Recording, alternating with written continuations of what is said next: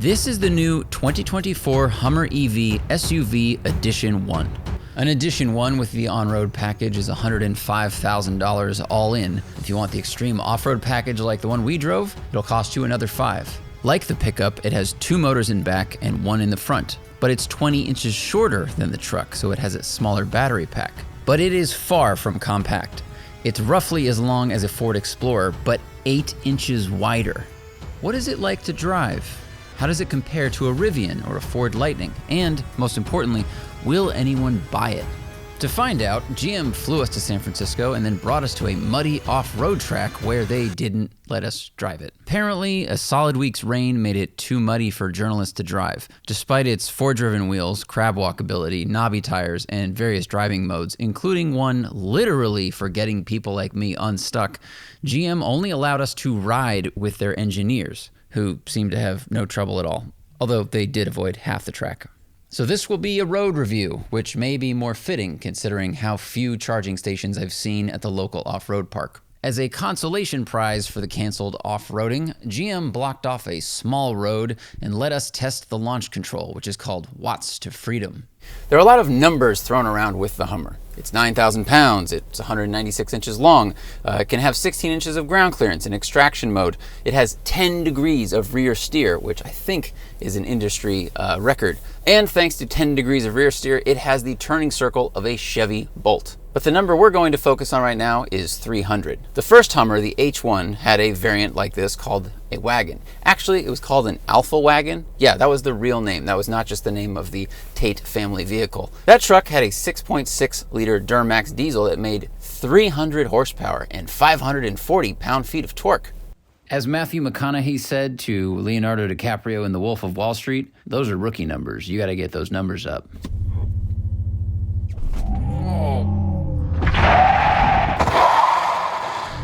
Because this one has 830 horsepower and 1,200 pound-feet of torque. It'll do 0 to 60 in 3.5 seconds, which is half a second slower than the pickup truck. So, with that extra time, you could read a book or, maybe do some knitting. This is nuts. One more time, for science, just to check. Hey everybody, we've been doing the Smoking Tire podcast for 10 years now, and people keep asking us the same types of things. How can I have an ad-free experience? How can I watch the live stream? And how can I not have to wait after the live stream goes down to wait for the regular schedule? Plus, how can we get even more content? Well, now there's a way. We've launched a Patreon page, which offers several tiers of membership that can get you all of those things. Access to the live stream, early access to uploads, exclusive shows available only to our members, and an ad-free listening experience or watching experience if you prefer on YouTube. Thank you all for supporting the Smoking Tire podcast for the last 10 years. We understand the Patreon isn't for everybody and it's only for our most loyal fans who really want to be a part of the process of producing this show. We're offering live streams, we're offering ad-free experiences, we're offering early access and exclusive content depending on which level of membership works for you. You don't want any? Great! The show will still be free with advertising to the general public every Tuesday and Thursday, just like always. Hit the link in our description, become one of our patrons today, and become one of the insiders who gets all the best of the Smoking Tire podcast with no advertising and when you want to listen. Full brake, full gas, throttle rather.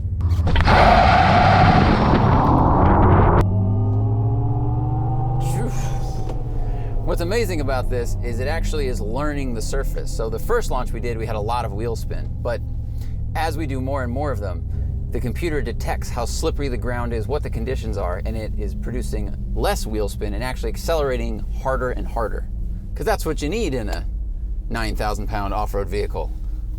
You gotta shave those tenths. The engineers said 0 to 60 in 3 seconds was a goal. That was a goal. That was something they put on a whiteboard and went for. Insane. What an insane time to be driving a car and to be into cars. Despite its impressive acceleration, slowing down could take a while. Regardless of whether or not you get the off-road package with 18s or the 22-inch wheels, the brakes are the same, and they are just not enough. 60 to 0 in this, it takes about 137 feet, which is the stopping distance of like a 3500 dually. But this has supercar performance. We have GTR acceleration. We have the braking performance of a 3500 dually. And this thing weighs 1,000 pounds shy of a 12-passenger school bus. What could possibly go wrong? The SUV has a slightly smaller battery pack. It has 20 modules instead of 24. Now, GM would not tell us the actual size of the battery in terms of kilowatts, but if we do a little bit of math, it's around 170 kilowatts versus the truck's 205. To put that in context, the Rivian's largest battery pack is 180 kilowatts. You do get a reduction in range. This will only go about 300 miles on a full charge versus the pickup truck's 329. But again, for context, if you get a Rivian with the largest battery pack, which is 180, it will go 400 miles on a single charge. Part of this efficiency is because the Rivian is 5 inches narrower than the Hummer. Now, I know what you're thinking, 5 inches doesn't sound like a lot. Stop, take your hands off the keyboard. I hear you already. 5 inches may not seem like a lot, but the Hummer's drag coefficient is 60% higher than the Rivian's. To drive those 100 miles and catch the Rivian, you will have to stop and charge. But thankfully, the Hummer has 800-volt architecture, so you can charge it fairly quickly. A DC fast charger will give you about 100 miles of range in 14 minutes. If you use the onboard 19.2 kilowatt level 2 charger, you get 30 miles of juice per hour, so it'll take about 8 hours to go from 20 to 100%. Plug it in when you get home from work and it's ready in the morning. However, if you have to use the 7.7 kilowatt dual level charge cord, you only get 12 miles per hour. It can still be charged in one night. That night just has to take place in December in Norway. Seeing a lot of Teslas on the road, and I feel like this car would eat them for sustenance. Like, you just hit a button, it opens the frunk like Pac-Man, and it will just consume, Model Ys and Model X's and take their lithium and then spit out the bones. The interior is an interesting place to sit. There's a lot of functionality in here. This is an off-road vehicle, and they thought of that. So, for instance, all the buttons down here, these toggles, are very big. If you were operating them with gloves on in the wintertime, you'd have no problem. And there's some really clever stuff, like the seat heater button. You tap this button, and then 2 different buttons have a screen that pop up above them. One is for hot, one is for cold. So rather than having all those functions operated with one button, you have 2, and then if you wait a long enough time, those buttons return to being for sync and air conditioning. I think it's very cool. Little small displays that are useful, and they're much more helpful than, for instance, the ones in the SL63 Mercedes, which are these little toggle wheels that are very hard to operate and a little bit confusing. The screens in here are very bright. They react really quickly. It's powered by the Unreal Engine, which is a name I first heard when it was powering first-person shooters. So GPUs back here, mine some Dogecoin while you drive.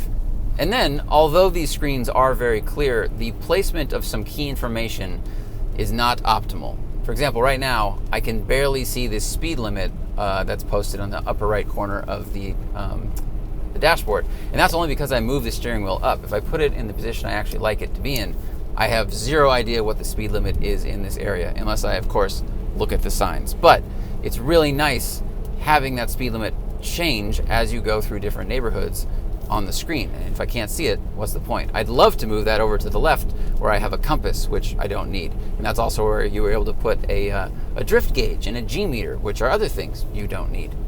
You can configure it to a degree. Like right now on the right side, I'm looking at my yaw, pitch, and roll, and I can also use that to look at sat nav, navigation, and other things. But I really want the speed limit indicator down there, because I use that much more often than I use my pitch and yaw. It's very spacious in here, as it damn should be, because this truck is enormous. It's 5 inches wider than a Suburban. It is absolutely gigantic. And yet, here, on this twisty road that I'd much rather be driving a Camaro or a Corvette, the thing actually shrinks. I mean, I'm hitting the yellow markers quite often because it's so wide and I can't really tell where the edge of the car is. But between the rear steer and the steering rack speed, it's really, really impressive. But you really need to pay attention to how fast you're going, because if you lift off the throttle, regen kicks in, it's pretty aggressive.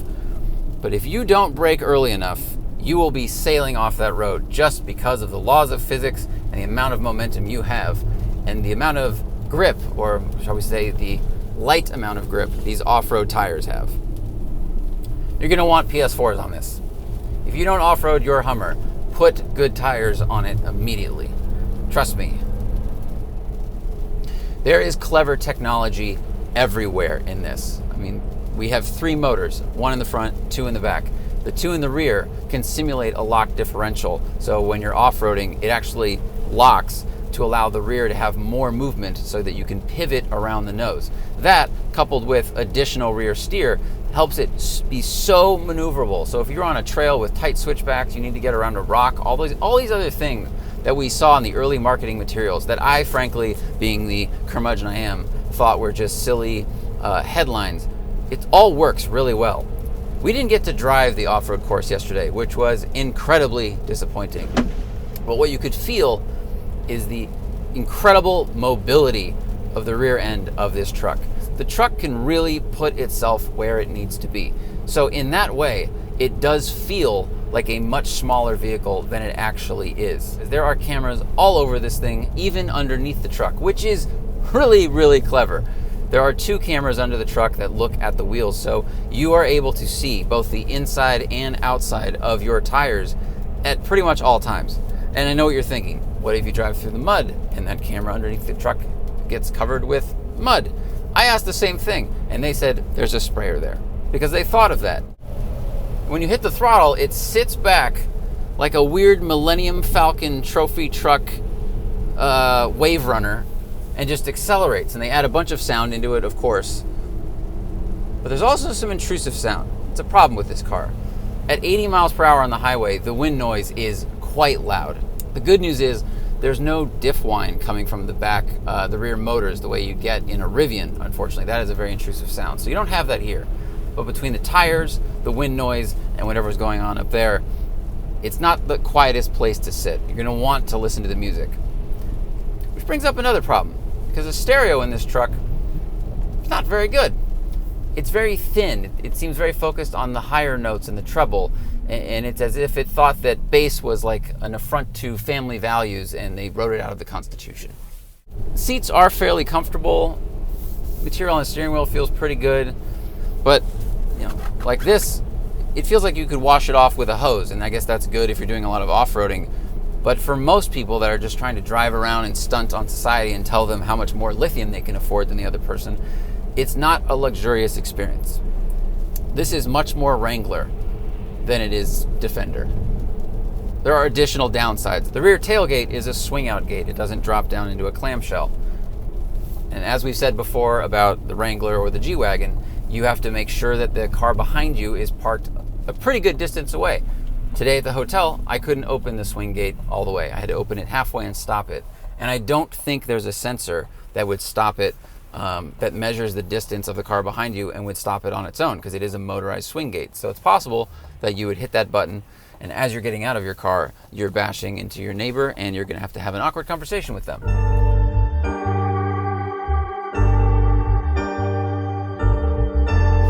Now, I've only spent a day with the truck, but I have found some other strange little issues. For example, it's raining right now, obviously. When we open the door, water spills in through the roof. It's like there's no rain rail. And also, in the frunk, there's no button to close it. So to close the frunk, you either have to walk around and hit the button inside the truck, use your key fob, or pull it down against the motors, which kind of resist it. It just seems strange that there's no button to open and close it like they have in the F-150. Also, there are no outlets in the frunk. So if you saw our video from Pikes Peak, we recorded our podcast up on the mountain, and we were able to plug in all of our gear into the frunk of the F-150. There's like 4 outlets. This doesn't have any of that. So you couldn't charge a piece of equipment on your way to or from a location. It seems silly considering this truck does have the ability to power things. On this very trip, they have ran numerous lights, air conditioning systems, and other things for buildings with the truck. You can even charge another Hummer with your Hummer. It is objectively less practical than the F-150 Lightning. This SUV also rides worse than the pickup truck version of the Hummer due to the shorter wheelbase. It kind of shudders over small bumps. The Rivian costs less, goes further on a single charge. It also feels a lot more upscale inside. So who's buying these things? Turns out, a lot of people. GM said they already have 90,000 orders of the Hummer, split between the SUV and the pickup truck. Of those buyers, 70% of them are brand new to EVs, and 40% are new to GM entirely. This was a halo product meant to bring people in to the brand and to EVs, and it's working. Those customers also already own a luxury vehicle from a company like Porsche, Audi, or BMW.